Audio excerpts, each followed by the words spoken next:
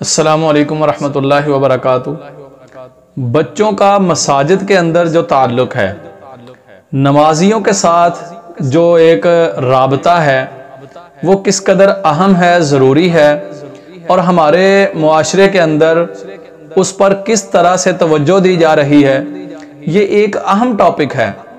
अमूमन हमारे यहाँ ये जुमले भी सुनने में आते हैं कि बच्चों का मस्जिद में ताल्लुक़ क्या है, या बच्चों को मस्जिद में ना लेके आएं, या बच्चे मस्जिद की बेहुरमती करते हैं, बेअदबी करते हैं। इस तरह के भी एक जुमले जो हैं वो सुनने में आते हैं, बोले जाते हैं।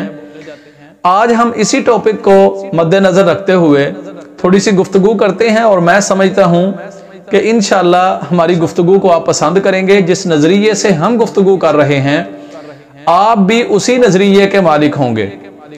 हर बंदे का अपना एक जहन होता है, उसकी एक सोच होती है, लेकिन हमें यह देखना चाहिए कि किसके नुकसानात ज्यादा हैं।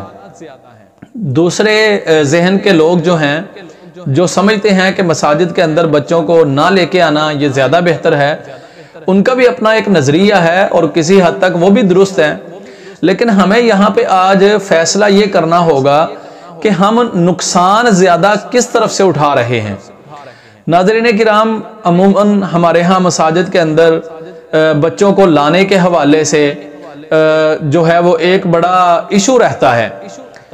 नमाजी जो हैं वो इसको नापसंद करते हैं, बच्चा शोर कर जाता है, या बच्चा आगे से गुजर जाता है, या इस तरह के मसाइल जो हैं वो मसाजिद में जब पेश आते हैं, तो बाज़ हमारे अच्छे भले नमाजी समझदार लोग भी इस चीज़ से जो है वो दिल बर्दाश्ता हो जाते हैं। हालांकि मैं जिस नज़रिए से बात करना चाहता हूं, मैं आपके सामने उसी नज़रिए से एक वाक़या रखता हूं। यानी मसाजिद के अंदर बच्चों का आना बहुत ज़रूरी है, और ये चीज़ें कि बच्चे शोर करते हैं, बच्चों की वजह से हमें कुछ तंगी होती है, डिस्टर्ब हो जाते हैं, ये हमें बर्दाश्त करने चाहिए। ये मामलात ये हमारे लिए इतने ज़रूरी हैं बर्दाश्त करना, जितना शायद कि हमारा मस्जिद में आना ज़रूरी है, क्योंकि हम अपनी अगली नई नस्ल को तैयार कर रहे हैं। और उस नई नस्ल को तैयार करते वक्त अगर हम अपनी इबादत को इतना ज़्यादा अहमियत दे देंगे कि नई नस्ल को पीछे छोड़ देंगे और उसको हम नमाज से दूर कर देंगे, तो मेरा ख्याल है ये ज़्यादा जो है वो हमारे लिए ख़तरनाक बात है। सामीन किराम, एक वाक़या आपके सामने रखता हूँ। आप इस वाक़या से अंदाज़ा कीजिएगा कि किस कदर ज़रूरी है हमें ये बर्दाश्त करना, बच्चों का मस्जिद में आना और उनके साथ नरमी करना, उनके साथ मोहब्बत से पेश आना, ये कितना ज़रूरी है। आप इस वाक़या से अंदाज़ा लगाइए।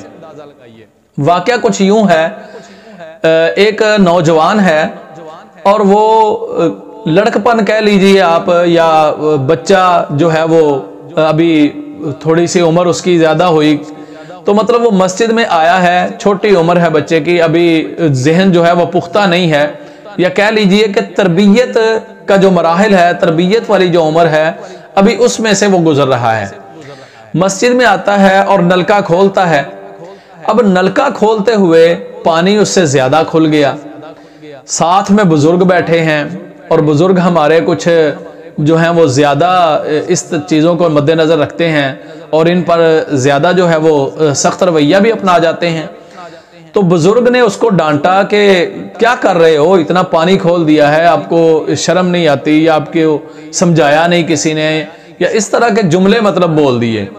अब वो नमाज पढ़ने के लिए आने वाला लड़का, जाहिर है कि वो ज़रा घबरा गया, परेशान हो गया, या कह लीजिए उसकी इज्जत नफ्स मजरूह हुई, और दिल बर्दाश्ता सा ज़रा हो गया, और उसने सोचा कि पता नहीं मुझसे कितनी बड़ी गलती हो गई है, और मुझे ऐसा नहीं करना चाहिए था, और मेरी इज्जत भी जो है वो अब नहीं रही मस्जिद के अंदर। तो कहता है कि मैंने मस्जिद से आते हुए ज़रा जो है वो हिचकिचाहट का मैं शिकार हो गया। यानी मुझे मस्जिद में आते हुए डर लगने लगा कि मुझसे कोई ऐसी गलती ना हो जाए जिस पर डांट डपट हो, और जिस पर मुझे जो है वो तानो तशनी जो है उसका सामना करना पड़े। कहता है एक दिन ऐसे ही दोस्तों के साथ मैं क्लब में चला गया, मतलब गेम्स वगैरह जिधर होती हैं, और वहाँ पे मैं कहता है स्नूकर जो है वो उसको खेलना स्टार्ट कर दिया मैंने। तो अभी पानी आया है और दोस्त ने पिया, और उसी जो फट्टा होता है स्नूकर वाला, उसके साइड वाला जो फ्रेम है उसका जो बाजू है उसके ऊपर गिलास रख दिया। अब गिलास पानी पी के वहां पे पड़ा है और स्टिक से खेलते हुए हुआ कुछ यूं कि वो स्टिक लगी और गिलास नीचे गिर गया, टूट गया। कांच का गिलास था तो टूट गया। अब क्लब का जो मालिक है वो खुद उठ के आता है और आकर के कहता है कि सर आपको चोट तो नहीं लगी। अब ये बच्चा वो कहता है मैं घबराया हुआ था और डरा हुआ था कि मुझसे तो ये नुकसान हो गया है और गिलास टूट गया है, अब पता नहीं मुझे इधर से भी डांट डपट होगी और परेशानी का सामना करना पड़ेगा, सुननी पड़ेगी 2-4 लोगों की। लेकिन हुआ कुछ यूं कि वो मालिक आया है और बड़े ही एहतराम के साथ कहने लगा कि सर आपको चोट तो नहीं आई, आप महफूज हैं? तो मैं बोला कि हाँ मैं तो ठीक हूँ, मुझे कुछ नहीं हुआ। तो उसने बच्चे को बुलाया, मतलब काम करने वाले को, मुलाजिम को बुलाया और कहा कि ये शीशा उठाइए, साफ कीजिए। तो वहां से साफ किया गया, उठाया गया और बाकायदा मुझसे माजरत की गई कि सॉरी सर आपको ज़रा परेशानी का सामना हुआ। उसने कहा सर मैंने मतलब गिरा दिया गिलास, नुकसान मुझसे हुआ है, गलती मेरी है और माजरत। कहते नहीं, असल में चाहिए ये था कि जब पानी पिया गया है तो फौरन बच्चा गिलास यहाँ से उठा लेता, तो इस तरह से फिर ये गिलास भी ना टूटता और आपको भी जो परेशानी ना होती, तो इसलिए माजरत खा हैं हम। कहता है मैं बड़ा मुतासर हुआ इस वाक़े से कि एक तरफ मुझसे पानी ज़्यादा खुलने पर इतनी ज़्यादा तानो तशनी का जो है वो सामना करना पड़ता है, मुझे बातें सुननी पड़ती हैं, कड़वे जुमले जो हैं वो उनको कानों के अंदर घुसेड़ना पड़ता है। और दूसरी तरफ एक गिलास टूटने पर भी, नुकसान होने पर भी मुझे बड़े एहतराम के साथ और अदब के साथ और इज्जत के साथ मुझे जो है वो एक प्रोटोकॉल दिया जाता है और बताया जाता है कि इसमें भी आपकी गलती नहीं है। मतलब बात ये कहता है कि मुझे उसके बाद, इस वाकया के बाद मस्जिद में जाते हुए डर लगने लगा और क्लब में मैं बिला झिझक जाना शुरू कर दिया मैंने। अब मुझे बतलाइए कि यहां से हम नई नस्ल को अपनी को किस तरफ लेके जा रहे हैं। यानी मस्जिद के अंदर आना उतना जरूरी था, उसका मोहब्बत हमारी के साथ, हमारे प्यार के साथ, या फिर क्लब जाना ज्यादा जरूरी था? हमारे रवैये ने, हमारे जो है वो मामलात ने, हमारे उसके साथ ताल्लुक ने, उसके साथ जो है वो गुफ्तो शनीद ने उसको इस तरफ से हटाकर उस तरफ लगा दिया जिसको हम बुरा समझते हैं। तो सामीन किराम, ये हमारी बहुत बड़ी एक सोच के ऊपर सोचने वाली और बहुत ज़्यादा एक गौर व फिक्र करने वाली बात है कि हम बच्चों को मस्जिद के अंदर लेके आएँ।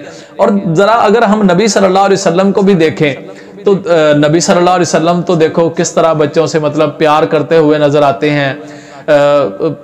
बच्चे आते हैं तो आप खुतबा जुमा छोड़ देते हैं और बच्चों को उठाते हैं। बच्चा अगर जो है वो कमर पे बैठ जाता है तो आप सजदे से नहीं उठते। ये मतलब इतनी ज़्यादा मोहब्बत है बच्चों के साथ, इतना ज़्यादा प्यार है।